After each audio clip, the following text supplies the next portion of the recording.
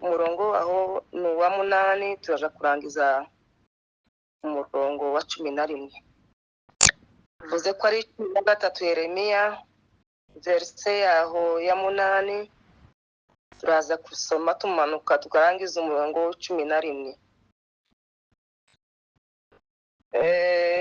Ijambo ryavuze ngo maze ijambo ry'Uwiteka rinzaho riti Uwiteka avuga ati uko niko nzangiza ubwibone bwa Yuda n'ubwibone bwo kwishongora bw'i Yerusalemu. Ubu bwoko bubi banga kumvira amagambo yanje bakayobya n'imitima yabo inangiye, bikurikirira izindi mana bakazikorera kandi bakazisenga, bazamera nk'uwo mushumi utakigira icyo umaze. Erega kuko 11 ngo erega kuko umushumi ufata mu rukenyerero rw'umuntu niko nikomejeho inzu ya Isirayeli yose n'inzu ya Yuda yose, niko Uwiteka avuga, kugira ngo bambere ubwoko n'izina n'ishimwe n'icyubahiro ariko tibarakabyumva. Amen. Amen.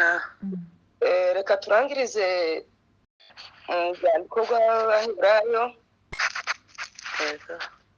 Abaheburayo 12 igice cya 12 ariyo sura ya 12 verse ya 25. Ari 12 Abaheburayo ni verse yaho ya 25. Ijambo ravuga ngo mwirinde mutanga kumva iyivuga ubwo babandi batakize kuko banze kumva iyababuriye iri mu isi. Kaswe twebwe niba dutera umugongo ituburira iri mu ijuru. Amen. Amen. Yes ashimwe. Amen. Yes, nimbaze kuko tubonye igitondo cyiza tutarigera dukandagiraho na rimwe kuva tubayeho n'abavyeyi turi kumwe dutaramanye batubyaye. Yego. Bikandagiriyeho umwanya Imana wo mu ijuru cyane. Amen. Ugira kabiri ndashima Imana kuri uyu mwanya kuko Imana yemeye kunkomorera. Ndagira ijambo muzaza ubona umwanya wo gutaramufunguye telefone irakwebereye urarangijemo kiri kumwe n'abandi bantu uzumenya ko Imana yakugiriye ubuntu butangaje. Yego. Ushize yarantengushe ariko ndashima Imana kuko abantu bose bicaye bari tayari. Imana ishimwe uyu mwanya Imana yongeye kunkomorera. Amen. Amen. Icubugira gatatu naho ndashimira ubuyobozi kuko bwatutekerejeho bukabona ko bufatkanje n'Imana uyu mwanya tugomba kuba duhagarariye Imana. Tubashe kuganira n'abantu bangana uko Imana yemeye kuducishamwo ijambo tuganira n'ubwoko bwayo. Yego. Bayobozi bacu ndavuze ngo Imana mu ijuru baheze umugisha. Amen. Icyo ngiye kurangirizaho ndashima Imana kuko ari inkwira ahantu hose mu mayitaje mutura musengera ahangaha. Imana yacu ishimwe kuko ikomeje kuturagira no kutubeshaho mu buryo bw'ibanga. Mu misozi miremire n'imigufi ya Kongo Imana yacu izigenda igaragara mu buryo bugiye butandukana n'ubundi. Yego. By'abantu babona nk'imisozi kubera amasengesho aba hano hantu ndiko nakunze kubivuga mu mashimwe. Imana igahindura imisozi ikayihindura amataba. Yego. Ndashima Imana ku bantu b'Imana bari baje gutarama hariya mu bikarakara ko basanze nyiri gitaramo Imana ihatuye irabataramisha bongera gusubira iwabo. Amen. Yesu nimbazwe. Amen. Amen. Hallelujah. Amen. Ubundi kandi reka twinjire mu ijambo reka mbibwire amazina nitwa Mukinanyana Yael. Ndi umunyaminembwe ndi hano muri Kenya kugihe ariko ndi umunyaminembwe. Yego. Reka nshimire n'umwene data Sebineza uri hano muri Kenya babashe kunyobora akashita kuri no rubuga Imana mujire mumpera umugisha. Amen. Bahaye kaze ngo tubane twumva icyo Imana idushakaho. Yego. Ahantu twahumviye amagambo menshi kuva ngeze kuri kino gitaramo muri kido gitaramo nako. numva umutima wanje warafashijwe n'ibintu byinshi ntabasha gusubiramo. Yego. Ariko ikiza kintangaza ijambo ry'Imana ndiriza rihagwa twicara gusa twumva gusa dufite inzara gusa ukongera kandi kurya. Kubw'iyo mpamvu twumva icyo Imana ishaka nta mwanya wo kurondogora muri birebire. Yego. Umutwe w'ijambo tuganira mu mwanya muto w'ukungana turavuga hejuru y'umukaba. Yego. Kandi turavuga hejuru y'umukaba wononekaye niko ijambo ry'Imana ryanditse hano Ubugenderezi nusoma mu Bugenderezi haruguru wisura twasabye 13 kugira ngo ni umushumi wononekaye, ariko ndabivuga mu mvugo yacu umushumi ni umukaba. Turaganira hejuru y'umukaba wononekaye ukuntu utabukigire nyirawo akamaro. Ariko nanone nimba habonetse umukaba uharibitse ariko kononekara, none haba hariho n'umukaba muzima ufitire nyirawo akamaro kandi karemereye. Ijambo umukaba ni ijambo riremereye. Umukaba kurya umukaba tungana n'impuzu yambikwa n'umukaba ariyo patara. Ariko umukaba ubamwe ubuhanga bukomeye n'ikigisho gikomeye, kuko umukaba wose ugira udutobore tugiye tungana n'umuntu. Yego. Niyo wasanga ntakakweneye ushobora kugatobora kandi ukikangana na kujya nyine nawe ungana. Iyo unanutse ugira ahantu ufungira. Yego. Iyo ugira ahantu ufungira. Iyo ugira ahantu ufungira, iyo uhaze ugira ahantu ufungira. Yego. Ubundi kandi umukaba ugereranywa n'ugukenyera ukuri. Nicyo gituma iyo usomye mu Efeso sura ya 6 igice cya 14 nabaye ngo muhagarare mushikamye kandi mukenyeye ukuri. Yego. Haleluya. Amen. Yesu nawe ubwiye ngo aje kuvuga wenyine mu butumwa bwa Yesu bwanditswe na Luka igice cya 12 n'umurongo wa 35. Aravuga ngo muhore mukenyeye. Yego. Kurya umuntu ukenyeye ufashe wafunze umukaba neza azajana ukuntu kose kwiyumva kumva ntafite akantu nakamwe ko mutega kuko umwenda udashobora kugira ukuntu wagenda. Abantu muhore mukenyeye kandi amatabaza yanyahore yaka.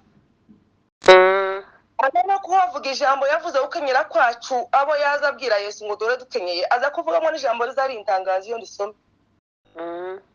Aravuga ngo wahirwa abagaragu shebuja azasanga bari maso. Yego. Aravuga ngo ndababwira ukuri, uwo ni Yesu wenyine waza uvuga. Yuko nawe naza agasanga bari maso. Azakenyera. Abicaze. Yego. Agabahereze. Atari nubwo yaza mu gicuku cyange mu nkoko. Yego. Agasanga babaye maso bameze batyo, azakenyera mbere yo kubicaza agakenyere. Yesu ubwe nazabanza akenyere, ariko nawe kuko asanze nawe warakenyeye. Yego. Haleluya. Amen. Ubundi kandi umukaba habe niyo ureze Yohana w'integuza wabanjirije Yesu. Ugasoma mu butumwa bwiza bwa Yesu ko bwanditswe na Mariko isura ya 1 ni verse ya 6. Ndashaka kuvuga ukuntu umukaba ari mwiza ukenyeye neza ukabega. Usanga Yohana yari yambaye umwambaro w'ubwoya bw'ingamiye. Yego. Ariko kandi ngo yari yawukenyeje umushumi. Haleluya. Amen. Yari yakenyeje umushumi kugira ngo wa mwambaro w'ubwoya bw'ingamiya umufateho. Umukaba ni ikintu cy'ingirakamaro. Yego. Nubwo mubona isi yagiye itujana ukundi kuntu mu minsi yo hambere yashize, wasangaga nimba zako bisura ibingibi bamaze gusengera by'abana bagenze ukundi, wasangaga abana b'abahungu barahinduye. N'ubu nyine birahari ko nagenda mpaye mbibona, umuntu ntafunga umukaba ngo afungire ahamweneye kuntangana, yego, ugasanga ngo yambaye ngo ni pocket yazatambuka, ugasanga ihuzu y'imbere kiraboneka ari kumwe n'abapfasoni biwe. Ariko icyo bahumura amaso ngo bamenye akamaro k'umukaba n'ukuntu umuntu agomba kuwufunga neza,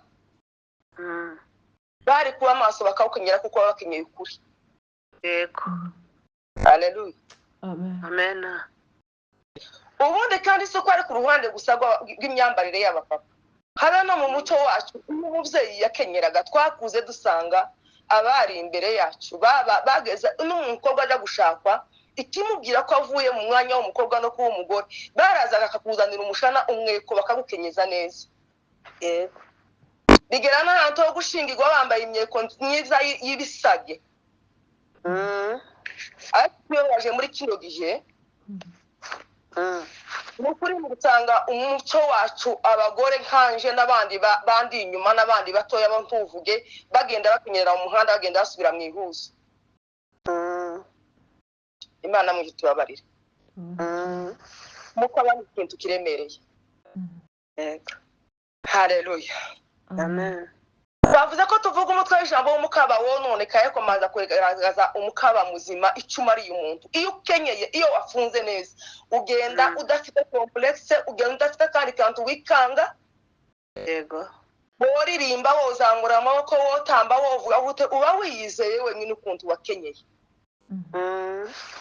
Kuko abantu tujya gusanga ukuntu Imana yari yayikenyeje ubwoko bwa Isiraheli. Mwibuke kuko mbere na mbere, yego, mu mugambi w'Imana, mu bineza neza by'Imana, bari ibyo kuzobana n'umwana w'umuntu yiremeye. yego, bituma twizirikaho. Aradufunga neza, afungira ku mukaba umuntu nuko agiye angana muri we, Imana ikazi igafungira ku ntangana. yego, kandi n'Imana ikiyumva ikumva ikomeye kuko ifite ubwoko bwayo, yifungiyeho kimwe n'umukaba. Haleluya, amen. amagambo twavuye gusoma ni amagambo y'umuhanuzi Yeremiya. Yego, Yesu ahimbazwe. amen.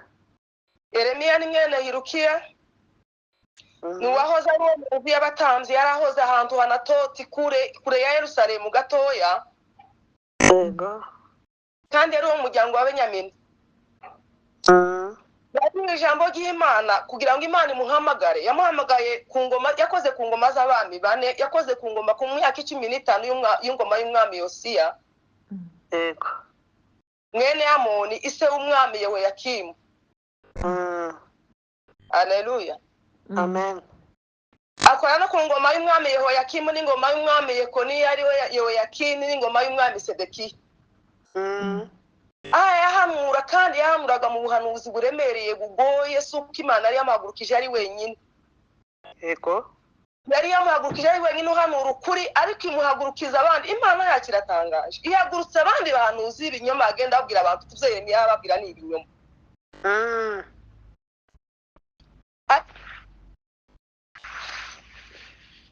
Usanga Yeremiya, sinzi ko tukiri kumwe n'uhanikiriza, turi kumwe. usanga Yeremiya Imana yaramutoranyije kuva mbere itaramurema. Yego, Imana Yeremiya, we nakumenye ndarakurema, nakwejeje utaravuka mu nda ya nyoko, nari narakwejeje kandi ngushira hejuru yo kuzohanurira amahanga yose, nguheza umurimo w'ubuhanuzi. Yeremiya aje kuganira n'Imana.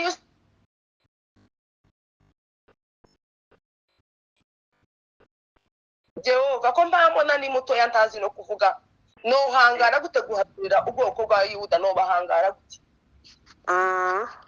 Ariko Imana ije kumubwira ati Yeremiya, wagenda nije ugutumye, abo ngutumyeho uzabasanga. yego, kandi ntukabatinye. amagambo uzashira mu kanwa kawe niyo uzababwira. yego, kandi ngo aje kumara Yeremiya ubwoba, Imana irambura ukuboko kwayikora ku munwa wa Yeremiya. iramubwira ati genda ngushiriye hejuru y'ibihugu by'amahanga amoko yose n'amahanga nguhaye misiyo y'amagambo 6. yego Haleluya. amen Kiri naho ngaho gusa haruguru kuva mu muntu yatoranyije ataravuka mu nda ya nyina ntarakurema mu nda ya nyoko nanira gutoranyije kuzoba umuhanuzi kandi uzohanurira amahanga yose. yego Bitwereka kuko umurimo dufite kuri none dukora ntabwo ari impanuka ku Mana. Imana yagutoranyije utararemwe. yego Ikigoye gusa nuko wenda udahawukoresha neza. Yeremiya Imana iramubwira ati nguhaye amagambo 6 uja guhanurira ubwoko bw'abayuda. Nibwo yazahanurira ziriya nzu 2. yego Ati ndaguhaye misiyo ivuye mu genda uje kurandura. Hari abandi bahanura nabi hari inyuma bahagurutse ndetse iyo usomye neza buno buhanuzi bwa Yeremiya usanga bageze bagera ahantu tugenda bibana ubuhanuzi kibi bihari no. Bakagenda bibana amahanuzi bakayahanurira abantu bagiye bayibana. Ariko we Yeremiya genda uje kurandura. Ijambo rya mbere ubwo uje kurandura, ijya kabiri usenye, ijya gatatu kumbe kurimbura, ijya kane wubike. Numara ijya gatanu wubake kandi ijya gatanu ugenda uyakore neza. Wowe nuyakora neza ndi kumwe nawe kugira ngo nkurokore. Reka nkubwire ko amagambo yose misiyo wahawe nimba wayikora neza. Iyo ngiyo uhaye ukorera n'uwo murimo Imana yaguhaye nimba udahaye genda ushakisha ibindi by'impano utahawe. Uwo murimo uhaye ukora ni uzakurokora. amen Haleluya. amen Kuko ukoze neza mu murimo Imana yaguhaye ni uzakurokora. Genda ubabwira ngo kubera izaba bakora batazi imirimo nabakore kuva nabakura mu maboko ya Farawo. Ibyaha bakora byose by'indashikirwa bakaba baranyimuye ndi Imana yakora imirimo itangaje. Ati ndetse mu cyose gitoshe barahasambaniye baharemeye bigigwamana. yego Barabura banshira kure barampemura ku mugaragaro rubanda rwose rureba abanyamahanga bose banyitegeye. Ati ngiye kuba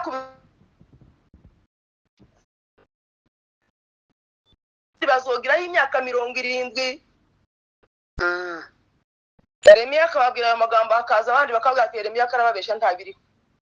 yego Bihuse kugeza igihe Yeremiya ubuhanuzi bwe bwaremera akababwira Imana ikamubwira ati genda ubabwire ngo nibagaruke. Ndi umunyembabazi sinza ndakara n'umunsi n'umwe. Ndi umunyembabazi nibangarukire ndababarira. Ariko twihuse abantu ntibigeze bumva pe.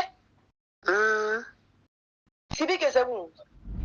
yego Bamaze kutumva iyo usomye ubuhanuzi bwa Yeremiya n'ubundi 36 ni verse ya 20. Yeremiya agazahanura umwanditsi Baruki akandika. Bigera ahantu abayuda baribwa n'ubuhanuzi bwa Yeremiya bubabaje kuko baza bagira abandi babahanurira ibinyoma kibi bari mu guhanura kino gihe batakivuga amagambo abangamye akabasa ugiye kuzabona imodoka ugiye kuja hanze urahiririwe ugize gute. yego Yeremiya ngo ahanura iyo usomye aho ngaho bagera n'igihe bafata ubuhanuzi Yeremiya haye hanura barabushanyagura mu maso ngo bari basomye inzandiko imbere y'umwami Yehoyakimu umwambi wa mbere wari utangiye kuyobora abayuda. yego Abasoma ubuhanuzi bwa Yeremiya ngo bumurya basoma ibitabo bageze ahantu bakagira ibitabo nk'abijya bya kera by'iwakiri ya ruguru abasaza bagiraga n'ubu nyine barabigira kuri bazagenda bahindagura amapaje bakazagenda bareba iz'Imana yari yaravuze. No mu masengesho mwabyumvise umushumba bivuga yavuze ko nibuka iz'Imana yababwiye habe niyo batosoma mu bitabo niyo bazata mu mitima yabo. Yes ashimwe.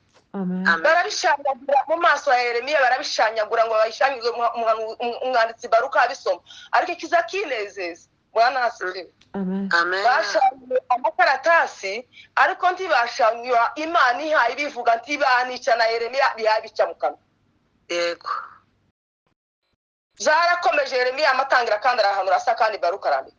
Tibyatinze iyo 37 kugeza ku verse ya 11 usanga ikuntu bafashe bafata Yeremiya kubera uburakari baramuboha bari bamuhize kangahe bamubura bamutamugobo gugondo bamusize ubuhanuzi bw'ukuri ariko ikiza kintangaza ubuhanuzi bw'ukuri buza gusohora kuko Imana yabuvuze turayivuguruza. Bajanywe iminyago kwa kundi isafari zitatu. Yehoyakimu yarakubiswe aragenda, ni wajanye na bateri.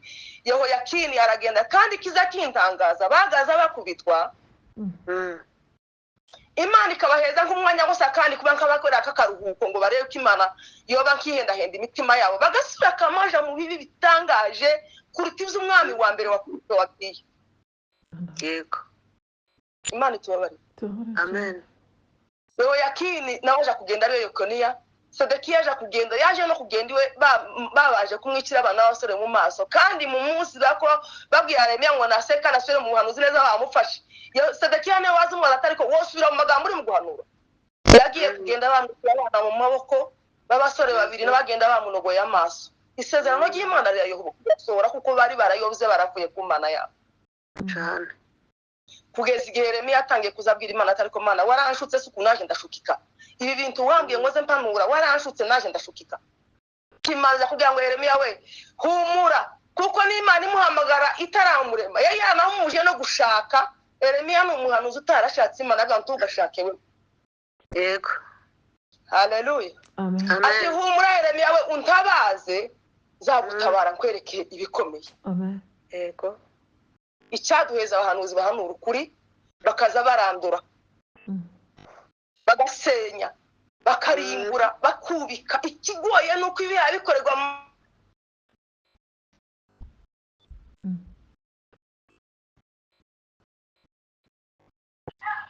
abubaka batera imbuto. Amen. Abantu bagasa n'abagenda barebera ibintu kandi ari ibyabo. Yego. Imana itubabare. Ariko niba umuhamagaro wawe uzowukoresha kuko ikitunyubaho ngaho uhagaze kuri uno munsi ni ukugira ngo urandure. Niko ijambo ry'Imana tubwira ngo nimba uvuze ijambo umuntu ntiyumve uzaba ukungusa umukungugu mu kirenge wowe witambukira aho nyiri urubanza izarusha yonyine. Ariko ikigoye muri kino gihe abashinzwe kurandura no gusenya no kubika tibaha babivuga kuko bikwiriye. Imana itubabarire. Ijambo ry'Imana twasomye twavuze ngo hejuru y'umukaba wononekaye. Kuko Bibiliya ubuhanuzi burimo amagambo menshi. Yego. Imana yari yamubwira bwa Yeremiya bagenda noneho uje kugura umushumi uzi wikenyeza. Yeremiya kandi umushumi ngo mwiza w'igitare kandi ntuwukoze mu mazi. Yeremiya aragenda arawugura. Yari mu mwanya w'Imana baganira gusa n'Imana yamukoresha ibintu. Yeremiya aragenda arawugura. Araza w'igitare mwiza ngo mwiza cyane kandi ngo ntuwukoze mu mazi. Arawukenyeza. Wowe uke awambaye Imana iraza yamubwiriye akabira ati Yeremiya we fata uwo mushumi wari waguze mwiza w'igitare umanuke ku ruzi rwa Ofurate. Yego. Mu rutare ucukura kobo numara ubushiremo. Yeremiya arabikora kuko Imana yamubwiye. Ngo bucyashize iminsi myinshi niko ijambo ry'Imana ritubwira. Imana bati Yeremiya we haguruka kandi uje gutora wa mushumi ku ruzi rwa Ofurate. Iminsi myinshi yaciye. Yeremiya aragenda arawuzana ngo ashike. Imana iramubwira ati ngaho witegereze usanze uwo mushumi umeze gute. Yeremiya ati nsanze uhari bise ntacu kimaze. Araho ugifungiye kujya ari ukubere bujya mbere. Yeremiya atayaye taho no bangifungiye warononekaye warapfuye. Aho ati nicyo tumara ngo bigenze gutyo. Niryo jambo twasoma. Niryo jambo twasoma ati nsanze umushumi warononekaye. Ijambo ryavuga ngo maze ijambo ry'Uwiteka arinzaho. Riravuga ati Uwiteka aravuze ati uko niko nzangiza ubwibone bwa Yuda n'ubwibone bw'ishongore bw'Isiraheli bw'Yerusalemu. Yego. Ajya kuvuga ubu bwoko bubi banga kumva amagambo yanje bakayoza n'imitima yabo inangiye bikurikiriye izindi mana bakazikorera kandi bakazisenga. Bameze nk'uwo mushumi wagiye gutora nk'uwo mukaba wari ukubereye w'igitare mwiza nari nabwiye ngo ntukoze mu mazi. Uko niko bameze nk'uwo mukaba nk'uwo mushumi utakifite icumariye nyiraho. Ajya kuvuga ijambo riza ritangaza aravuga ngo rega nk'uko umushumi kujya kwavuza erega nk'uko umushumi ufata mu rukenyerero rw'umuntu niko nari narikomejeho inzu ya Isiraheli yose. Yego. Ariko baranga za nzu 10 za Isiraheli.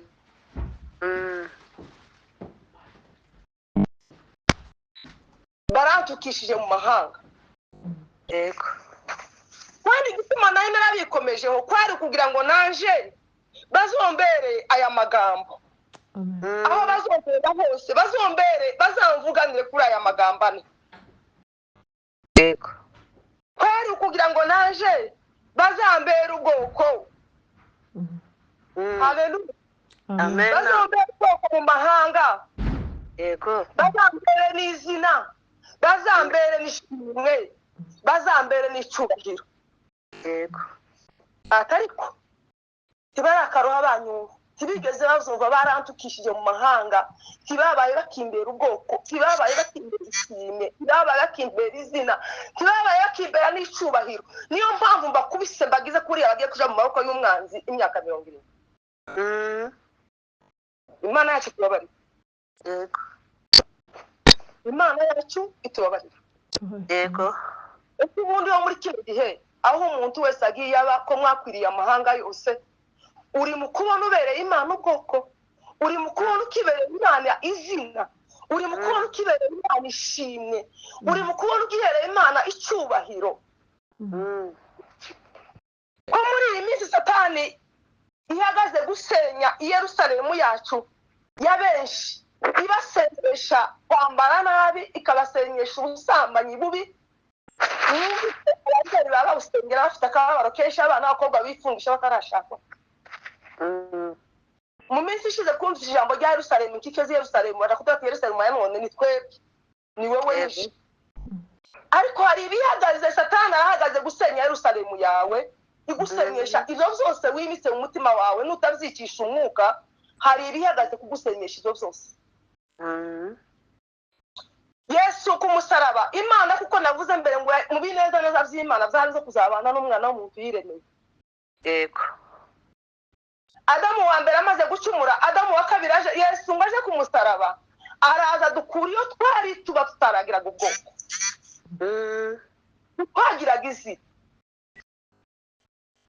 twagiraga ishimwe, twari abantu cyubahiro. Ariko Yesu ku musaraba araza dukurayo. Amen. Haleluya. Haleluya. Yesu ku musaraba araza dukurayo. Yego. Aduheza kubona ubwoko, tuba ubwoko buzima. Isomye mu rwandiko rwa Pawulo rwa Efeso, Pawulo yandikira Efeso igice cya 2 n'isura ya 12. Hazavuga ngo mwibuke ko tutari icyo gihe, mwibuke ko icyo gihe mwari mudafite Kristo, mutandukanye n'Ubwisiraheli, muri abashiki n'amasezerano. Yego. Y'ibyasezeranijwe. Ariko ntazi kandi mubyiringiro twari dufite. Yego. Ntabyiringiro by'ibizaza zahabaga, ahubwo mwari mwisi mudafite Imana rurema. Yego. Ariko Yesu ngo aje ku musaraba, adukuriyo, aduheza ubwoko. Yego. Iyo usomye n'ubundi kuri 2 mu Efeso, urwandiko rwa Pawulo ku Efeso 2:19, usanga ngo habwa ngo nuko timukira abafiti n'abasuhuke, ahubwo muri ubwoko bumwe n'abera, ndetse muri abo mu nzu y'Imana, kubera amaraso ya Yesu. Haleluya. Amen. Haleluya. Amen. Iyo usomye none ubutumwa bwiza bwa Yesu bwa Yohana 15 no 15. Yego. Ijambo rizari nezeza. Yesu rivuga ngo Yesu yaravuze ngo sinkibita abagaragu. Yego. Kuko umugaragu atazi ibyo shebuja akora. Ariko ubu nyine asigaye mbita muri inshuti zanje, kuko asigaye nenda kuzadata nkayibabwira. Yego. Imana yacu nihimbazwe. Amen. Ubu nyine muri inshuti zanje, kuko asigaye mbabwira ibyo data yambwiye. Imenya kuko wa munsi ku musaraba twahawe ubwoko, turi ubwoko bw'abishikira imbere y'amaso y'Imana. Yego. Haleluya. Amen. Haleluya. Ntabwo kandi izina kuba ngo twahawe izina. Iyo usomye mu zayishuriwe Yohana, igice igice cya kabiri ni verse ya 17 kuri B. Yego. Urugwandiko Yohana yazandikira bariya bantu b'iperugamo, torero ry'iperugamo. Hazavuga ngo uneshe nzamuha kujya kuri Imana yera. Yego. Nzamuha kujya kuri Imana yahishwe. Muhe yera byanditsweho izina risha bitazwi n'umuntu wese keretse uri hawe. Yego. Nta n'ubundi bazabicaranye uzarisoma nuko azaba yaneshije biriya byose mwumvishe abatambyi basengera bituremereye umutima. Uneshe nzamuha kujya kuri Imana kandi muheze yahishwe kandi muhe nibuye ryera ryanditsweho izina ryiwe wenyine kandi izina ryanje rya Eri mu Kinanya. Izina ryiwe wenyine risha ritazwi n'umuntu uwo ari we wese. Iryo zina barihereye Golgotha. Amen. Haleluya. Amen. Tuhakuye ubwoko, tuhakuye izina. Yego. Kubwishinga ijambo rya gatatu Imana yazivuga ati nari narabiziritse ngo bazambere ishimwe n'ubwoko n'izina n'icubahiro. Kubwishinge kubw'amaraso ya Yesu. Nubundi iyo urebye ugasoma mu gitabo cy'umuhanuzi Yesaya. Yego. Ugasanga igice cya 62 ni verse ya 6 kugeza ku ya 7. Hadavuga ngo yewe Yerusalemu we shize abarinzi ku nkike zawe, za nkike navuze ngo Satani karashaka kunda senya Yerusalemu yawe, ayisenyesheje ubusambanyi n'imyambarire mibi itangaje, iteye ubwoba, iteye isoni, iri mu kuja imbere kuri utari ikaja kuririmba imyambarire iri. Yewe Yerusalemu we shize abarinzi ku nkike zawe, ntibazaceceka ku manywa na nijoro, ntibazaceceka yemwe abiritse Uwiteka, ntimugatuze kandi ntimukamuhemere kugeza ubwo azakomeza i Yerusalemu ari wowewe, i Yerusalemu akahindura ishimwe mu isi. Ntabwo wohindura igihugu wagisengera ngo uhindure ishimwe wewe n'utarabishimwe imbere y'amaso y'Imana. Yego. N'ikinyoma. Udaha utambuka ngo heza Imana ishimwe ukureba hose avuga turiya muntu azayubahisha Imana yiwe, uriya muntu n'ubwoko bw'Imana, uriya muntu n'izina ry'Imana iyo umureze umuntu mu Kristo. Yego. Niyo wosenga ukikebagura nka kujya kwa babandi ntacyo ntiwoherera Imana ishimwe utarigeze ishika wenyine mu gihugu. Haleluya. Amen. Ku ijambo rya kane kujya kubera Imana icubahiro cyo kurangiza. Nanone iyo urebye muri buno buhanuzi twasomye bwa Yeremiya. Yego. Iki gice cya 13 twasomyemo. Iverse ya 15 niya 16. Yego. Yakomeje ababwira aya magambo. Yaravuze ngo ni mwumve kandi mutegere amatwi. Timukibone kuko Uwiteka ari we uvuga. Yego. Yeremiya yaragiye abwira abayuda, ntimukibone kuko Uwiteka ari we uvuga, nimuhe Uwiteka Imana yanyu icubahiro, itaraza n'umwijima ku birenge byanyu, bitarasitara ku misozi. Umwijima. Yego. Kandi mwategereza umuco ikawuhindura igicucu cy'urupfu. Imana yacu ihimbazwe. Amen. Nimuheze Uwiteka Imana yacu icubahiro, itaraza n'umwijima ibirenge byanyu bitarasitara ku misozi. Imana yacu ikwiriye icubahiro kuko ari icyayo. Twasomye hari ahantu.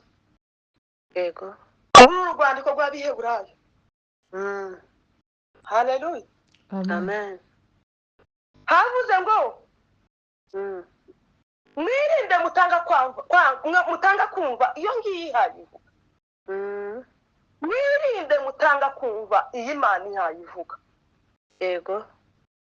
Ubwo abandi batakize kuko banze kumva ibaburiye iri mu isi, kanswe twebwe niba dutera umugongo ituburira iri mu ijuru.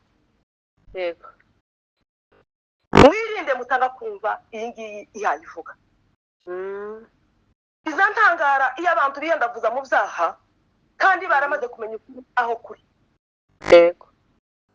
iyo usomye n'ubundi mu Biheburayo igice cyaho cy'icumi n'ivesi ya 16 na 26 10:26 hazaga ngo niba dukora ibyaha nkana tumaze kumenya ukuri kiba kitagaye igitambo cy'ibyaha keretse gutegerezanya ubwoba gucirwaho iteka no gutegereza umuriro w'inkazi uzajya abanzi b'Imana.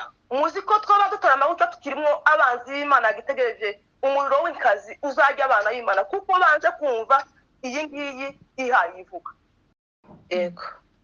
Ihayivuga ijoro n'igitondo itubyutsa urukerera bakanga kumva iyi ngiyi ihayivuga. Abakuru bazavuga ngo ukikubyarwa ngo ntikuza kumva imihindagano. Ijambo ry'Imana ni kuvugirwa ahantu hose. Ese aho mwagiye kuvuga ubutumwa aha turi mu gutaramira iyo tuhavuye tugasubira aho turi iwacu mu mihana no mu mago yacu kuko ubukristo utangira mu mago yacu ndumva musabira ibintu byinshi zigwa zazigenda zisenyuka mu mago yacu aho guhera ubukristo ni namwe bwose bwuzuriye ntabwo tubona mu ijoro ko muri burakeye bubaho dutangiriye izina ryacu ry'ubukristo ni mu mago yacu. Turi mu kubera Imana ishimwe, turi mu kubera Imana ubwoko, turi mu kubera Imana ikibaye, turi mu kubera Imana izina n'abature bagasanga turi mu kubera Imana yacu izina. Aho tumeze nka cya gihe Pawulo yandikiye abigaratiya igice cya 3 akavuga ati se yemwe bagaratiya b'abapfapfa ninde babaro mwene twe Yesu Kristo nk'ubambwe ku musaraba muramubona abaheza ubwoko abaheza izina abaheza ishimwe atuma mugira icyubahiro mubaho mufite ubugwene bw'igihugu mungana gutya. Yego. Mwene twe Yesu Kristo nk'ubambwe ku musaraba mu maso ya ibi byonyine nibyo nshaka kubabwira. Yego. Ndetse n'imirimo ifite n'amategeko niyo yabahesheje umwuka cyangwa nuko mwumvise mukizera. Uwizeye umwana w'Imana nta cyaha gikomeye kutizera. Uwizeye umwana w'Imana uriya wapfuye ku bwacu akatutungura biriya byose byari kuduhitana. Yego. Tuwoja muri biriya byose byo gusuzuguza Imana ntuyibera ubwoko aho ugiye ntuyibera izina ntuyibera ishimwe. Ni inzandiko zisomwa n'abantu bose. Yego. Haleluya. Azakubaga ati muri abapfapfa bigeze aho ngaho muri abapfapfa muto mwatangiye iby'umwuka none mugiye guheruka iby'umubiri. N'imibabaro myinshi mwagize mwababajwe yari iy'ubusa. Uko yamata yose mwaraye yari iy'ubusa. Reka mvuge muri ubwo buryo bya bitaramo byose twatamye twese abana kwatiriye amasumi n'ibindi tujanye amahuzu mu bitambara na yambeho yose byari iby'ubusa mwatangiye iby'umwuka mugiye guheruka iby'umubiri. Imana tubabarire. Amen. Umwanya wacu nabonye ugiye kurangira. Ndetse aho muri mu mahanga Yego. n'abandi bose bakiri mu gihugu naho muri hose naho wihita naho ugenda ku kazi naho wihita naho utekereza urimo kubona ukibereye Imana ubwoko kuko wa munsi ku musaraba Yesu yatwiziritseho agira ko agatubara gupfungiraho uramufashe mu rukenyerero akwiziritseho aho none nti wowe warabaye umukaba watobaguritse umugaba utagifitiye nyirawo akamaro. Aho none nti wowe warabaye umukaba wononekaye umushumu utakigire nyirawo akamaro wa wundi wahishwe mu kuboko kwa Furate baje kukura ngo tugifite nyirawo akamaro ntaho yofungira. Ariko aracyari mukinya twebwe ni umwanya w'imbabazi bari abo baragiye bajanga iminyago kuko Imana yari yabivuze yari yabwiye ati muzogenda isafari 3 muzogaruka isafari 3 kandi zose zarabaye. Ariko twe hatari umwanya w'intebe y'imbabazi niba utakibera ishimwe n'izina n'icubahiro n'ubwoko subira igorigota usubira igorigota aho niho ukiriye umuhanga amaso hari igorigota kugira ngo Yesu amaraso ya Yesu twanywanye igihango atwizirikaho wa munsi ku musaraba agira ahantu azamfungiraho nimba ndi ubwoko bwayo, agira ahantu azamfungira nimba naniwe, nimba nahuye n'ingorane, nimba nagize ubukene, nimba nagize kugwara, nimba nagize gupfusha, uko ungana kose Yesu kubera ko twamwanye igihango agira ahantu azagufungira. Yego. Nimba ukimubereye ubwoko n'izina n'ishinge n'icubahiro ujye ugenda umwubahisha mu agira ahantu azagufungira. Kandi niba umaze gutebagara kuri Yesu subira i Golgotha. Yego. Umuririmbyi yavuze ngo si Golgotha n'ubu haracyariho n'ihane, uwambambiwe mubonye noronka amahoro. Yego. Igitero cya makubwira ngo baracyezesha amaraso i Golgotha n'ubu, ugenda umwikubita imbere umubwire kuko wamubabaje. Amen. Haleluya. Hallelujah. Ugoye gusa ni wowe subira i Golgotha. Binyibukije amajambo Yoshua amaze gufata uriya mwanya Mose amaze gupfa. Azabukije ubwoko bw'Imana bukura hari Shitimu, abo yarashoreye abamutse uruzi rwa Yorodani abajana hariya mu gihugu cya Kanani. Yego. Ibyo yakoraga byose Yoshua bazaga bagenda bakagwana, baza bagataha i Gilugari. Ese uko uza wirirwa hose mu mirimo ibamwo n'ibyo wirirwamwo byose byawe ni wowe ubizi, n'umutima wawe ni umutima uza utaha i Golgotha. Yego. Haleluya. Amen. Niba utaha i Golgotha mbere yo kuryama ukabanza ugashika i Golgotha, uracyafite umwanya wo kubera Imana izina n'ishimwe n'icubahiro n'ubwoko. Amen. Turarangije. Yego. Haleluya. Amen. Ubundi habe n'ubwoko busanzwe abantu dutaramye, abatamzi, abashumba badushumza, abavyeyi bacu batubajije agakiza.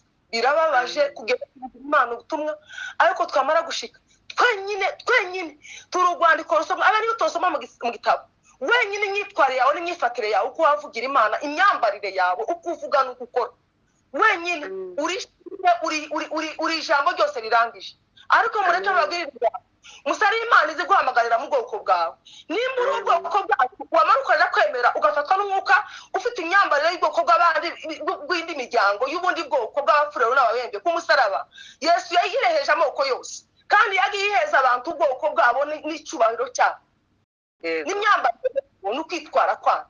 Ariko ikibabaje nuko abantu ko bagiye bambuka imipaka, uko bagenda baragenda basiga kamwe n'akandi, ugasanga umuntu yagiye kwemera mu myemerere itari y'ubwoko bwabo. Umuntu akemerera mu myemerere itari y'ubwoko bwabo, bagasuzuguza Imana iyo bazi. Ariko nimugaruke mutaha i Golgotha, mwongere mubere Imana ubwoko bukwiriye, kuko niwemera mu bwoko butari ubwanyu ni ikibazo ku Mana. Imana tubabarire. Amen. Taha i Golgotha ni ukura umwanya wo kongera kandi kw'Imana yongera kandi kwizirikaho. Wenda igituma utari mu gusubizwa, wenda igituma ufite ibibazo nuko amaraso ya Yesu kuva wa munsi yakwiziritseho mukamwana igihango ari mu gushaka afungira kumukaba kugira ngo yumve ko nawe yizije, kuko ibineza z'Imana ibineza byayo zari ivyo kuzobana n'umwana w'umuntu yiremeye.